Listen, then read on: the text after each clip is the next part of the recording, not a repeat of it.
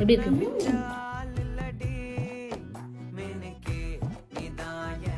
ரியாக்ஷனை பார்த்தீங்கல்ல, அப்போ பாருங்கள் எந்த அளவு டேஸ்ட்டாக இருக்குன்னு. நம்ம இன்றைக்கி செய்ய போகிறது பம்கின் பாஸ்தா.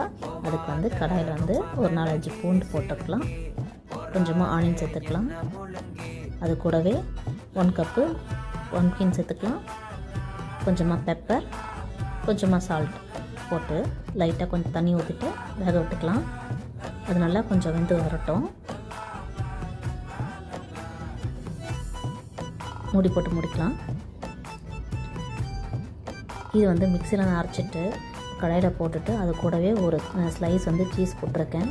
சீஸ் போட்டு முடித்த உடனே ஆரியானோ போட்டுக்கலாம். கொஞ்சமாக சில்லி ஃப்ளக்ஸும் சேர்த்துக்கோங்க, அப்போ வந்து டேஸ்ட் சூப்பராக இருக்கும்.